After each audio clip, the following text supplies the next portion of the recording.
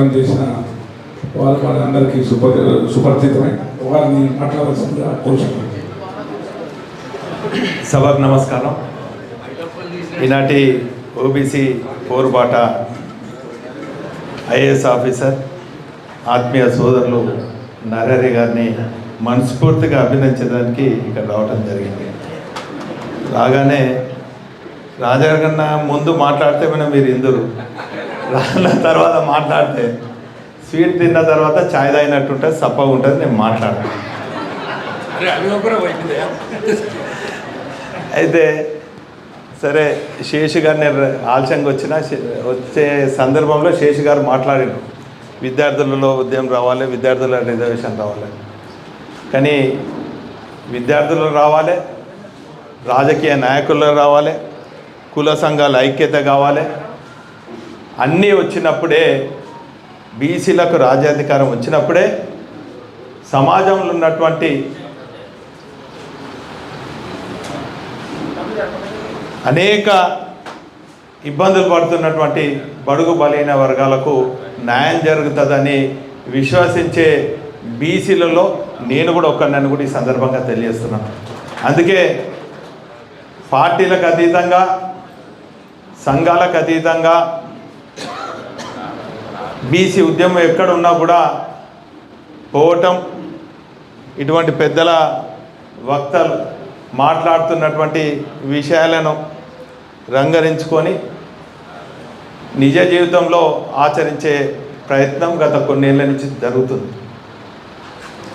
ఆ రోజు విపి సింగ్ గారి నేతృత్వంలో మండల్ కమిషన్ అయితేనేమి, లేక అనేక ఉద్యమాలలో ఒక విద్యార్థిగా, ఒక యువకునిగా, ఒక సామాజిక కార్యకర్తగా, ఒక ప్రజాప్రతినిధిగా నా వంతుగా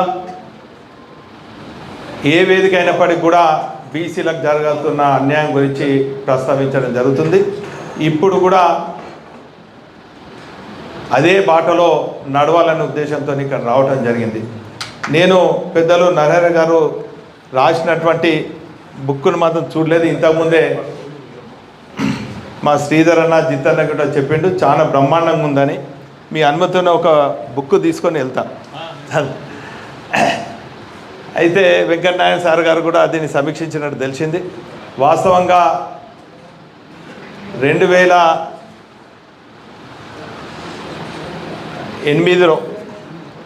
2005-6 మధ్య కాలంలో మేమందరం కూడా మేధావులు ఈ ఉద్యమానికి ముందు వరుసలో ఉండాలని చెప్పి పెద్దలు గౌరవనీయులు మురళీ మనోహర్ గారి ఆధ్వర్యంలో మరి మేధావులను ముందు పెట్టి చిన్న చిన్నగా రౌండ్ టేబుల్ ఇవన్నీ కూడా కార్యక్రమం నిర్వహిస్తున్న సందర్భంలో ఒక కార్యాలయం కావాలని చెప్పి అందరం కూడా సమీక్షించుకోవాలి, ఒక కార్యాచరణ ప్రకటించుకోవాలని చెప్పి ఒక కార్యాలయం తీసుకోవటం, ఇవన్నీ కూడా జరిగి మనకు ఈ ఉద్యమానికి ఒక సెంట్రిక్గా ఉండాలని చెప్పి ఆ రోజు కేయులో మహాత్మా జ్యోతిరావు పూలే గారి మరి విగ్రహ ఆవిష్కరణ కూడా చేసి ఆ రోజు బ్రహ్మాండంగా ప్రతి ఆదివారం కూడా కలిసి ఒక కార్యక్రమం నిర్వహించుకునే వాళ్ళం. ఆ సందర్భంలో తెలంగాణ ఉద్యమం మరి రావడం జరిగింది. ఆ సందర్భంలో కూడా ఉద్యమ సమయంలో కూడా అనేక కుల సంఘాలు పాల్గొనటం, ఆ ఉద్యమ సమయంలో కూడా ఉద్యమ నాయకులకు కూడా బీసీల గురించి చెప్పడం, ప్రస్తావించడం జరిగింది. కానీ కొన్ని కారణాల వల్ల మరి ఆ ఉద్యమం ముందు ఇది కొంత తగ్గింది. ఏదేమైనప్పటికీ కూడా ఇప్పుడు సరైన సమయం ఆసన్నమైందని భావించే మీలాంటి వాళ్ళలో నేను కూడా ఒకరిని చెప్పి ఈ సందర్భంగా తెలియజేసుకుంటూ, ఖచ్చితంగా మనం అందరం కూడా ఈ బీసీ వర్గాలకు జరుగుతున్న అన్యాయాన్ని అనేక వేదికల ద్వారా మరి ప్రస్తావించవలసిన సమయం ఆసన్నమైంది.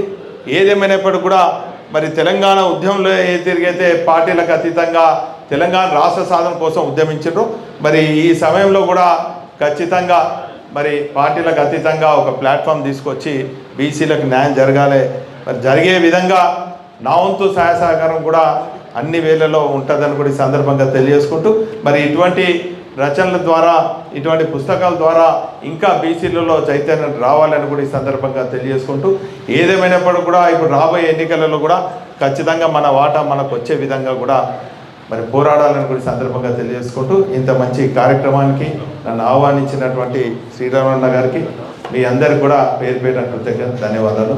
జై బీసీ.